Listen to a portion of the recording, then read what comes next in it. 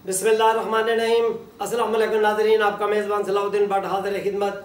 नाज़रीन, आपको बताएं कि आज का सबसे बड़ी जो बात है वो ये है कि लाहौर हाई कोर्ट के जस्टिस अमजद रफ़ी की वाज़ेह अहकामात के बावजूद कि चौधरी परवेज़ इलाही को किसी मुकदमे में गिरफ़्तार न किया जाए, Islamabad high court, Islamabad police Lahore आई और उन्हें उनके घर के करीब किनार रोड से गिरफ़्तार करके ले गई। उन्हें गाड़ी उनके जब घर के करीब गाड़ी पहुंची तो इस्लामाबाद पुलिस ने उनकी गाड़ी को रोका और उसके बाद उन्होंने वहाँ से टांगों और बाजुओं से पकड़कर डोली डंडा बनाया और उन्हें अपनी जीप में मुंतकिल करके इस्लामाबाद ले गए और उन्हें यह कहा गया कि उन्हें नक्शे अमन के तहत गिरफ्तार कर लिया गया है और उन्हें अडयाला जेल में बंद कर दिया जाएगा।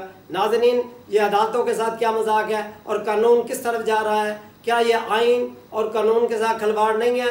इसका कौन जवाब देगा कि अगर किसी के खिलाफ मुकदमात हैं तो वो अदालतों में चल रहे हैं। तो इस्लामाबाद पुलिस ये किसके कहने पर हुआ? हम तो समझते हैं कि ये किसी के इमा पे नहीं, ये अंदर के कहानी है कि चौधरी शजात जो है वो भी उनके मुखालफ है, उनके बेटे भी उनके मुखालफ हैं। तो ये जो मामलात है ये घर के मामला घर में सॉल्व होने चाहिए थे। यह नहीं है कि उन्हें 4 माह के बाद जब रिलीफ मिला, जब उन्हें अदालत ने रिलीफ दिया कि उन्हें किसी मुकदमे में जो भी मुकदमा है अब तहकीकात हो रही हैं उन्हें गिरफ्तार ना किया जाए, तो उसके बावजूद इस्लामाबाद पुलिस का ये इक़दाम मैं समझता हूँ कि आइन से मजाक के मुतरादफ है और आइन को ये देखना चाहिए कि ये क्या मामला चल रहे हैं। मुल्क में इस वक्त क्या हो रहा है? मुल्क में हड़तालें हैं, एहतजाज हैं, लोग बिजली के भारी बिलों के खिलाफ सरापा एहतजाज है, शटर डाउन है, मार्केटें बंद है, कारोबारी मराकज़ बंद है, लोग सड़कों पे हैं, टायर जलाए जा रहे हैं, बिल जलाए जा रहे हैं और इसके हवाले से निगरान हुकूमत जो है वो कुछ करना भी चाहती है तो नहीं कर सकती। आज वज़ीर ख़जाना जो है शमशाद अख्तर साहब ने कहा कि हमारे लिए बड़ी मुश्किल है कि जो मुआहदे करके गए, ये बड़ी अहम बात है। जिन्होंने मुआहदे किए हैं वो कौन है? साबिक़ हुकूमत थी जिन्होंने ये मुआहदे किए हैं, PDM की हुकूमत थी, उन्होंने ये मुआहदे किए हैं। वो तो कह रहे थे कि ये इन मुआहदात, ये जो मुआहदे हुए हैं इन पे हम सख्ती से अमल दरामद कराएंगे।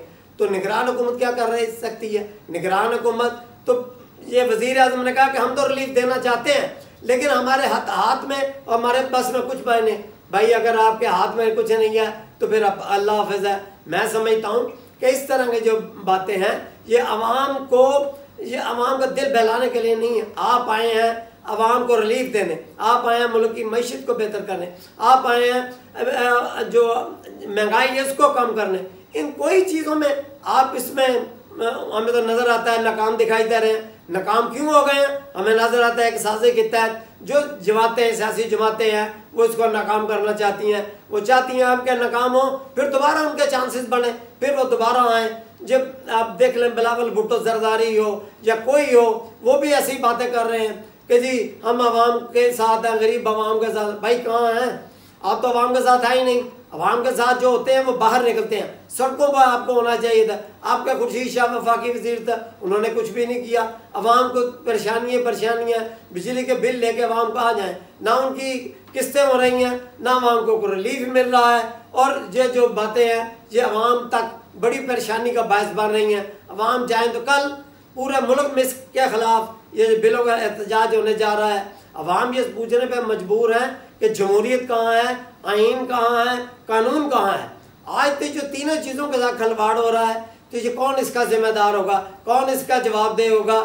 और बातें आपको बताते चलूँ कि हमारे मुल्क में आज भी भाई मुगलिया दौर है, आज भी शहनशाही का दौर है, आज भी अपने बच्चों को जो है ना वो इक़्तिदार के लिए पाबंद सलासिल किया जा रहा है, उन्हें खुडे लाइन लगाया जा रहा है। आपको याद होगा कि जब मियाँ नवाज शरीफ यहाँ से चले गए इलाज के लिए तो उनकी अदम मौजूदगी में उनकी बेटी मरीम नवाज ने और हमजा शहबाज ने बड़ा भरपूर किरदार अदा किया। उन्होंने ज़िमनी इलेक्शन में, उस वक्त PTI का दौर था और ज़िमनी इलेक्शन होने जा रहे थे, 21 जो ज़िमनी हल्कों में ज़िमनी इलेक्शन थे, उन्होंने उसमें भरपूर किरदार अदा किया और 5 सीटें PTI की जीत ली।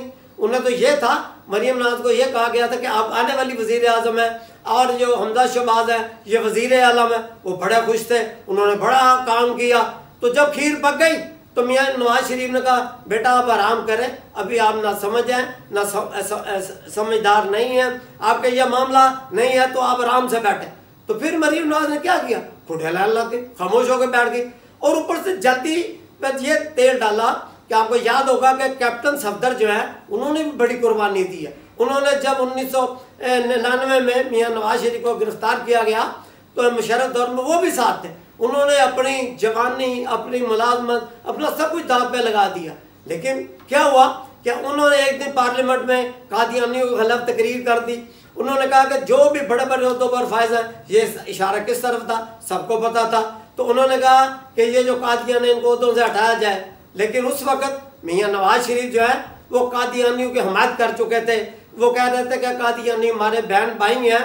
और आपको याद होगा कि सेनेट में एक बिल पास हुआ तहफ़्फ़ुज़ नमूज़ रसालत कवानीन में तरमीम के लिए। तो उस वक्त सेनेट के जो चेयरमैन थे वो रज़ा रुबानी थे। उन्होंने वहाँ से वॉकआउट किया। उन्होंने कहा मैं नहीं ये बिल पास होने दूंगा। तो ये बिल इसकी भरपूर मुखालफत मियाँ शहबाज शरीफ ने की, आपको याद होगा। तो उस वक्त सेनेट की कायम मकाम जो चेयरमैन थे वो अब्दुल गफूर हैदरी जो है JUI के जनरल सेक्रेटरी, वो बैठ गए और उन्होंने आइन में तरमीम करने की कोशिश की। लेकिन उसका अंजाम क्या हुआ? उसका अंजाम यह हुआ कि वहाँ जो लोग बैठे थे उनको बुरा भला कर शेर रशीद ने इसमें बड़ा शोर डाला। उसने कहा ये आइन में तरमीम करना चाहिए। ये हलफ जो पाकिस्तान का सबसे आइन है, जो मुकद्दम है, जिसकी हलफदारी के लिए अफवाज पाकिस्तान भी हलफ उठाती है, हम वज़रा भी हलफ उठाते हैं, सदर भी, आर्मी सब हलफ उठाते हैं, उसमें जो है तरमीम की जा रही है। नौज़ बिल्लाह रसूलुल्लाह सल्लल्लाहु अलैहि वसल्लम के जो हवाले से अल्फाज हैं उनको हदफ किया जा रहा है। इस पर बड़ी लहद हुई, उसको पता है ये मामला फिर और कहीं चला गया। तो कैप्टन सफदर ने जब ये बात की तो हमें समझ आ गई कि इन्हें खुटे लैन लगा दिया जाएगा। वही हुआ कि एक दिन कैप्टन सफदर जो है वो दाता गरीब नवाज के आस्थाने पर हाजिरी देने के लिए आए। तो उनसे एक साहबी ने सवाल पूछा कि आप अपनी बेगम को वज़ीर-ए-आज़म देख रहे हैं? हालांकि वो इससे पहले कह चुके थे कि मैं मरीम नवाज को वज़ीर-ए-आज़म देखना चाहता हूँ। तो वहाँ उन्होंने कह दिया कि नहीं मैं नहीं मरीम को वज़ीर-ए-आज़म देख रहा। तो मरीम नवाज ने क्या कि उन्होंने कहा अच्छा अबे नाल तो मैं नहीं निबड़ लगती, तेरे नाल मैं निबड़ लाँगी। ओला मंजी बिसरा चुकया और वो ट्रक च पाया, कहा मान से ले जाओ। आज कहाँ है सर कैप्टन सफदर, आप कहाँ हैं हमजा शहबाज? ये लोग खुटे लेने लग गए, इनको कोई ज़रूरत ही नहीं है। इसलिए कि हमजा शहबाज को किसने वज़ारत आला से हटाया सबको पता है। इसने मियाँ नवाज शरीफ के इर्द गिर्द बैठे उन्होंने कान भरे कि मियाँ साहब प्यू बन गया वज़ीर-ए-आज़म, पुत्र बन गया वज़ीर-ए-आला, तो तुसी कितना जाओगे? उन्होंने कहा अच्छा इनू तो लाओ है तो पुत्र नू। उन्होंने पुत्र नू ला के छोड़ देता। तो अब बेटा मुझे ये बताएं, यही हाल जो आसिफ अली जरदारी कर रहे हैं। उन्होंने अपनी बेटी के बारे में कहा कि आसफा भुट्टो जो हैं वो वाकई उनके अंदर बेनज़ीर भुट्टो की झलक नजर आती थी उनके तकरीर में, उनके अल्फाज में। और बिलावल भुट्टो को यह कहा जा रहा था कि तुम वज़ीर-ए-आज़म बनोगे।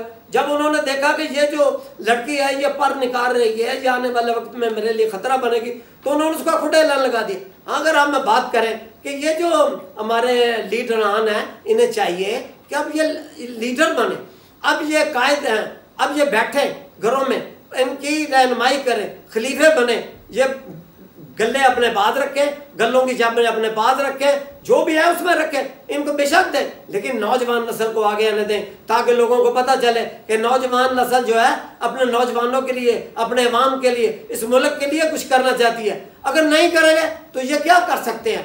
फिर ये आएंगे मुल्क को लूटेंगे, फिर बाहर चले जाएंगे। जिस तरह इसहाक डार लूट कर चला गया, वो उसने किसी ने नहीं पूछा उससे कि भाई आए हो लूट मार किया, कहाँ चले गए हो? कोई नहीं पूछने वाला किसी से। मैं समझता हूँ कि नाज़रीन अब आप वक्त है, आज भी मैं वही बात कहता हूँ कि आर्मी चीफ को चाहिए कि ये देखें कि मुल्क किस तरफ जा रहा है, मुल्क के साथ क्या हो रहा है, आइन कानून जमहूरियत का खिलवाड़ हो रही है। अगर यही सिलसिला चलता रहा तो आने वाला अफरा तफरी फैलेगी, इंतशार, मुल्क इंतशार का शिकार होगा। इस मुल्क इस वक्त दहशत गर्दी की लपेट में। आपको याद है कि कल बन्नू में एक मोटरसाइकिल सवार खुदकश हमलावर ने हमारे नौ साथियों पे खुदकश हमला किया, 9 को शहीद कर दिया और 4-5 को जख्मी कर दिया। यार फौज कहाँ तक लड़ गई? आर्मी चीफ साहब खुदा के लिए इस मुल्क की भागदौड़ आपके हाथ में है, इसको संभालें ताकि ऐसा ना हो कि आने वाले वक्त में यह किसी और तरफ निकल जाए। कल तक के लिए अपने मेज़बान सलाउद्दीन भट्ट को इजाज़त दीजिए। नाज़रीन मैं आपको ये बात बताऊं कि ये चीज़ें अवाम की बस से बाहर है। कल हड़ताल होने जा रही है। देखें अगर बिलों के बिलों में इजाफा में कमी ना हुई तो फिर अवाम अपना फैसला खुद करेंगे। कल तक के लिए अपने मेज़बान सलाउद्दीन भट्ट को इजाज़त दीजिए।